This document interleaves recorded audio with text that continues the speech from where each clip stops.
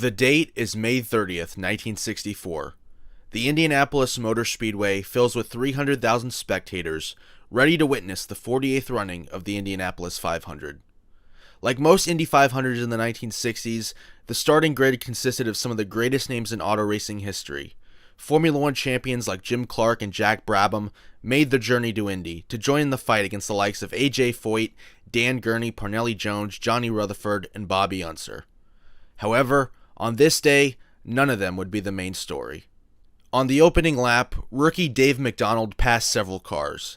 He was driving a car designed by Mickey Thompson, and Sachs rules requiring a 15-inch tire rather than the 12-inch tire the car was designed with made the car extremely difficult to corral.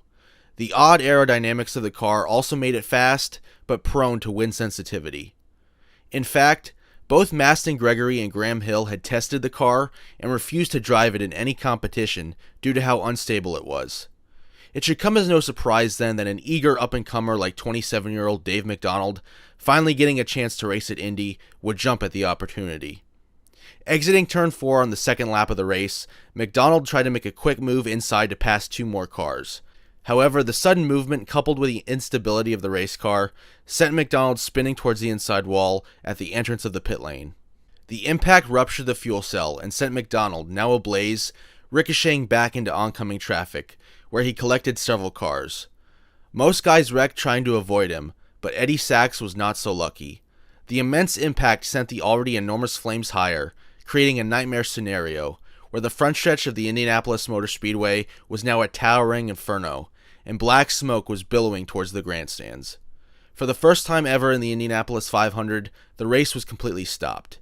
Efforts to put out the fire were successful, but rescue efforts were not so fortunate. Sachs had died instantly, but MacDonald clung to life, badly burned, until he passed away in Methodist Hospital from smoke inhalation. As this was 1964, the race continued on. This Indy 500 also was famous for the fact that it was the last victory for a front-engine car, and winner A.J. Foyt did the entire race on the same set of tires. But the accident will ultimately be what is remembered about the 1964 Indy 500. 60 years on, I felt that this was an opportune time to highlight the life and career of both Eddie Sachs and Dave MacDonald. Their tragic end should not overshadow their lives and legacies. This is their story. Dave MacDonald took a circuitous route to Indy. Hailing from California, MacDonald spent the first 5 years of his racing career as a drag racer, showing up in his Corvette all over the West Coast. In 1960, he made the transition into road racing, still in his Corvette, and won tons of races. His hard-charging style led him to grow a devoted fan base, who enjoyed watching someone drift his car around California's legendary racetracks. His career really started taking off in 1963, as he swapped his Corvette for a Shelby Cobra, after Carroll Shelby lured him over to be a Ford driver. He won races in big sports car events at Riverside and Laguna Seca, took a class win at the 1964 12 Hours of Sebring, and also started running in NASCAR.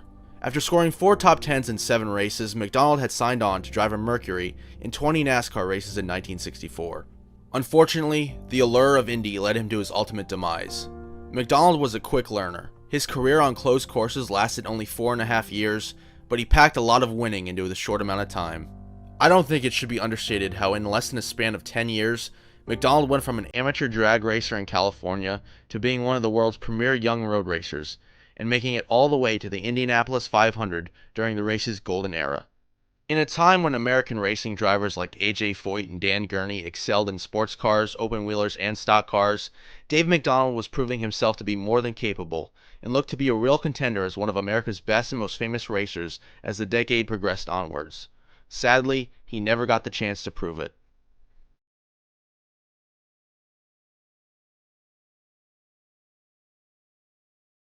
For Eddie Sachs, though, a career full of victories was already in his rear view by the time he showed up for the 1964 Indy 500. A sprint car driver from Pennsylvania, Sachs had spent much of the 1950s trying to break his way into championship cars. He was a front-runner in the USAC Midwest Sprint Car Series, finally winning the title in 1958, the same year that he really made a permanent breakthrough on the national stage, finishing 7th in Champ Car points with a win in the famous Hoosier 100. Although he was able to rack up 8 Champ Car wins in his career, Sachs was never able to claim victory in the 500, but that certainly was not for a lack of effort or talent. In fact, Sachs was one of the best at the Speedway. 3 straight front row starts starting in 1959 culminated in the pole position and one of the most gut-wrenching losses in Indy 500 history in 1961. Locked in a battle with the great A.J. Foyt late in the race, Foyt's pit strategy was thrown off course when the fuel hose was unable to be properly attached. This left Foyt with a faster car due to having less fuel, and he started pulling away from Sachs, but he could not make it to the end and would have to pit again. Foyt finally gave up the lead on lap 184, and Sachs now held the 25-second lead and a lighter fuel cell than Foyt. Barring something dramatic, Sachs was going to win the 1961 Indianapolis 500. Unfortunately, that's exactly what happened. With about 5 to go, warning tread was starting to be visible on one of Sachs's tires. With only a handful of laps to go, Sachs and his team had the choice of either risk staying out to win and possibly have a terrible accident if the tire let go, or to pit and hope the gap back to Foyt was big enough. With 3 laps to go, Sachs pitted for a new tire, but Foyt sailed past and claimed the first of his 4 Indy 500 victories. I'm sure the loss was demoralizing for Sachs, but if any driver in history could bounce back mentally from such a thing, it was Eddie Sachs. As his nickname was the Clown Prince of Racing, he never took himself too seriously. Reading some anecdotes from the late Robin Miller, Sachs would do things like lead the Purdue band down pit road before the race like he was the conductor, and generally just troll other drivers. He enjoyed having a laugh and getting a rise out of people. As Robin put it, Sachs definitely would have amassed a big following in our social media age. But for all the jokes and pranks, there's no doubt that Eddie Sachs was a pure racer through and through. One of the finest ever at the Speedway. Any list of best drivers who never won the Indy 500 that doesn't have him on it is quite frankly a terrible list. Anytime a driver dies in an accident, it's a tragedy and something to learn from. In this case, USAC cut down the size of the fuel tanks and switched to methanol for the following year, which still had its own safety issues. But the start of the 1964 Indianapolis 500 will always be the race's darkest moment, one that will forever be a part of the long history of the world's greatest auto race.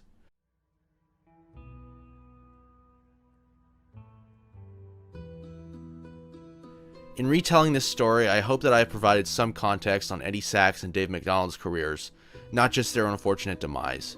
Men like them should always be remembered for who they were and what they were able to accomplish. Thank you, and I'll see you in the next video.